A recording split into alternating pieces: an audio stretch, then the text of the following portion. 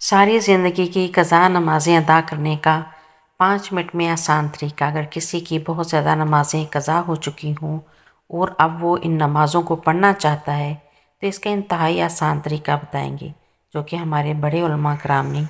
بسم اللہ الرحمن الرحیم۔ السلام علیکم۔ نماز ادا کرنے کی اہمیت و فضیلت کا اندازہ اس سے لگایا جا سکتا ہے کہ قرآن مجید میں تقریباً 700 مقامات پر نماز کا ذکر آیا ہے۔ درج ذیل احادیث مبارکہ میں نماز کی فضیلت بیان کی گئی ہے۔ بے شک جو لوگ ایمان لائے اور انہوں نے نیک اعمال کیے اور نماز قائم رکھی اور زکوٰۃ دیتے رہے، ان کے لیے ان کے رب کے پاس ان کا اجر ہے اور ان پر آخرت میں نہ کوئی خوف ہوگا اور نہ وہ رنجیدہ ہوں گے۔ حضرت عبادہ بن صامت رضی اللہ عنہ سے روایت ہے کہ انہوں نے رسول اللہ صلی اللہ علیہ وآلہ وسلم کو یہ فرماتے ہوئے سنا: 5 نمازیں ہیں جن کو اللہ تعالیٰ نے اپنے بندوں پر فرض قرار دیا ہے۔ جس نے ان نمازوں کو بہترین وضو کے ساتھ ان کے مقررہ اوقات پر ادا کیا اور ان نمازوں کو رکوع، سجود اور کامل خشوع سے ادا کیا تو ایسے شخص سے اللہ تعالیٰ کا وعدہ ہے کہ اس کی مغفرت فرما دے گا، اور جس نے ایسا نہیں کیا یعنی نماز ہی نہ پڑھی یا نماز کو اچھی طرح نہ پڑھا تو ایسے شخص کے لیے اللہ تعالیٰ کا کوئی وعدہ نہیں ہے، اگر چاہے تو اس کی مغفرت فرما دے اور چاہے تو اس کو عذاب دے۔ حضرت ابو ذر رضی اللہ عنہ سے روایت ہے کہ حضور نبی اکرم صلی اللہ علیہ وآلہ وسلم موسم سرما میں جب پتے درختوں سے گر رہے تھے باہر نکلے۔ آپ صلی اللہ علیہ وآلہ وسلم نے ایک درخت کی 2 شاخوں کو پکڑا۔ ابو ذر رضی اللہ عنہ فرماتے ہیں شاخ سے پتے گرنے لگے۔ راوی کہتے ہیں کہ حضور صلی اللہ علیہ وآلہ وسلم نے پکارا: اے ابو ذر! میں نے عرض کیا: لبیک یا رسول اللہ۔ حضور صلی اللہ علیہ وآلہ وسلم نے فرمایا: مسلمان بندہ جب نماز اس مقصد سے پڑھتا ہے کہ اسے اللہ تعالیٰ کی رضا حاصل ہو جائے تو اس کے گناہ اس طرح چھٹ جاتے ہیں جس طرح یہ پتے درخت سے جھڑتے جا رہے ہیں۔ ناظرین، آج آپ کے سامنے نماز سے متعلق بہت اہم معلومات آپ کے سامنے پیش کرنے والے ہیں۔ محترم ناظرین، قضا نمازیں کیسے پڑھیں؟ یعنی اگر کسی کی بہت زیادہ نمازیں قضا ہو چکی ہوں تو اب وہ ان نمازوں کو پڑھنا چاہتا ہے تو ان نمازوں کے پڑھنے کا آسان طریقہ کیا ہے؟ اس مسئلے کو دھیان سے سننے کی ضرورت ہے۔ امید کرتے ہیں کہ یہ ویڈیو سن کر آپ کو بہت زیادہ فائدہ حاصل ہوگا۔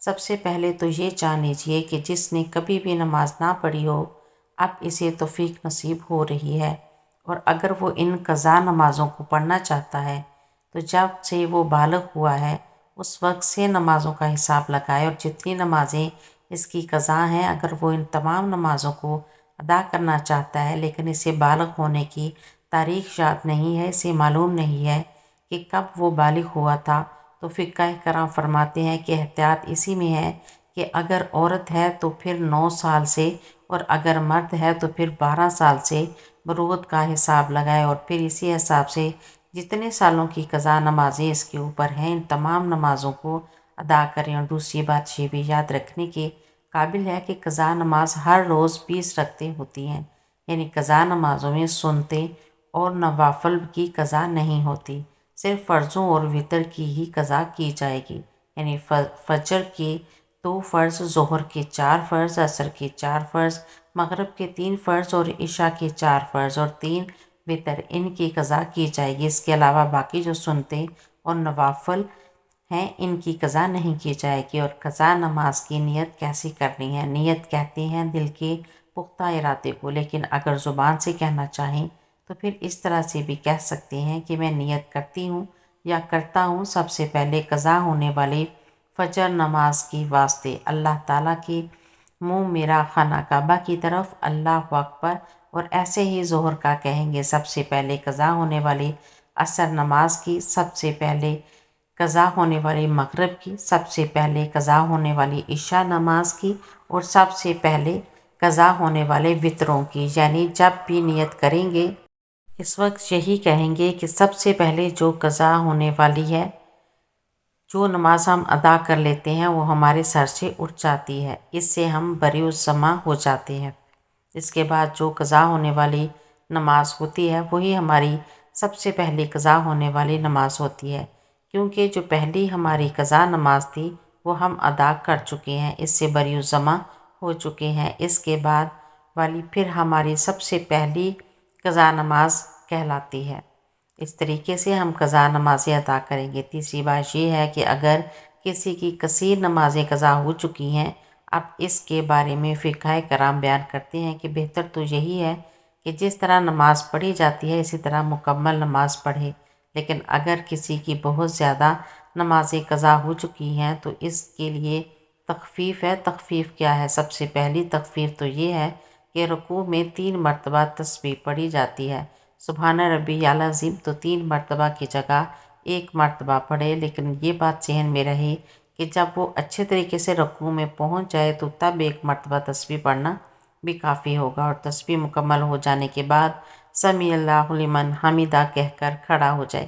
اسی طرح سجدے میں جو تسبیح پڑھی جاتی ہے، سجدے میں بھی کم از کم 3 مرتبہ تسبیح پڑھی جاتی ہے، تو سجدے میں بھی 3 کی جگہ 1 مرتبہ تسبیح پڑھ لے تو یہ سجدہ ہو جائے گا۔ مطلب یہ کہ ہر رکوع اور سجدے میں صرف 1 مرتبہ تسبیح پڑھ لے تو کافی ہوگی۔ ایک تو تخفیف یہ ہوئی۔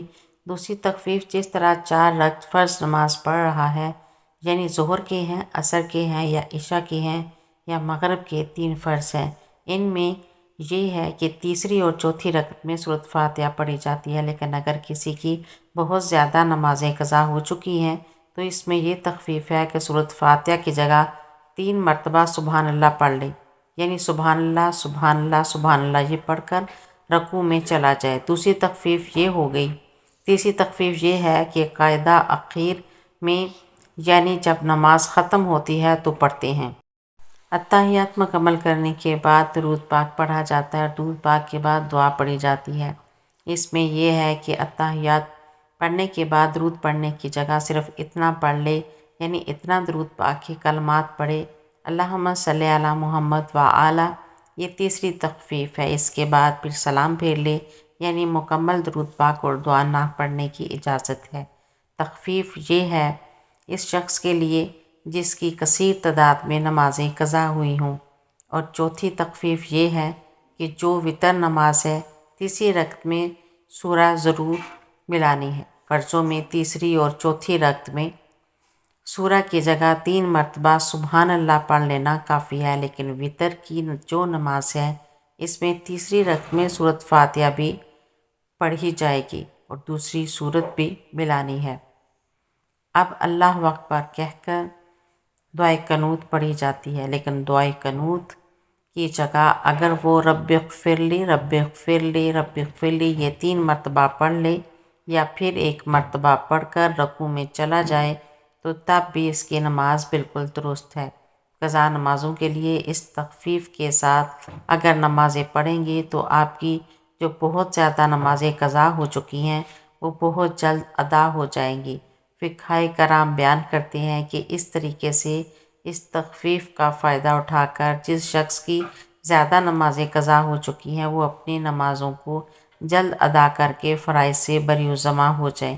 اور یاد رکھیں قضا نمازوں کے ساتھ ساتھ توبہ کرنا ضروری ہے، کیونکہ نمازیں جو قضا ہوئی ہیں ان کا گناہ ہے تو گناہ سے توبہ کرنا لازمی ہوتا ہے۔ ایک تو نماز ادا کریں گے، اس کے بعد پھر سچے دل سے توبہ کریں تو اس آسان طریقے سے اپنی قضا نمازوں کو ادا کر کے اللہ کی بارگاہ میں سرخرو ہو جائیں گے۔ اللہ عمل کرنے کی توفیق عطا فرمائے۔ اگر کسی شخص نے بلوغت کے کافی عرصہ گزر جانے کے بعد نماز پڑھنا شروع کی ہو یا کبھی پڑھتا ہو اور کبھی چھوڑ دیتا ہو تو اس پر لازم ہے کہ زندگی سے متعلقہ ضروری کاموں کے علاوہ سب کام چھوڑ کر نمازوں کی قضا شروع کر دے اور اس وقت تک قضا نمازوں کی قضا شروع کر دے اور اس وقت تک قضا نمازیں ادا کرتا رہے جب تک اس کے غالب گمان کے مطابق تمام قضا نمازیں ادا نہ ہو جائیں، اور اگر اس دوران اس کو موت آ گئی تو اللہ تعالیٰ کے فضل سے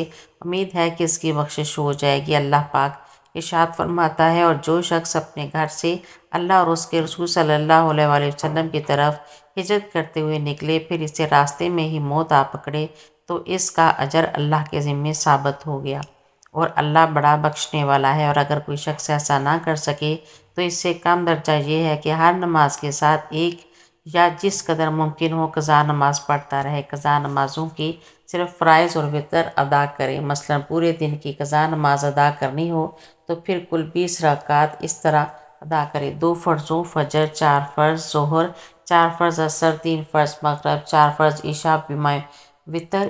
اس طرح نیت کرے، مثلا میں اپنی گزشتہ فجر کو ادا کرنے کی نیت کرتا ہوں جس کا میں نے وقت پایا اور ادا نہیں کی۔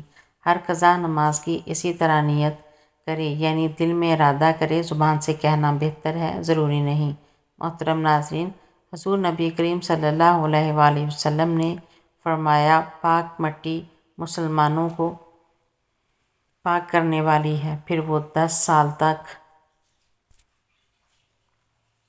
پانی نہ پائے، پھر جب وہ پانی پا لے تو اسے اپنی کھال یعنی جسم پر بہائے، یعنی اس کے لیے بہتر ہے۔ اللہ پاک ہم سب کو 5 وقت کی نمازیں ادا کرنے کی توفیق عطا فرمائے۔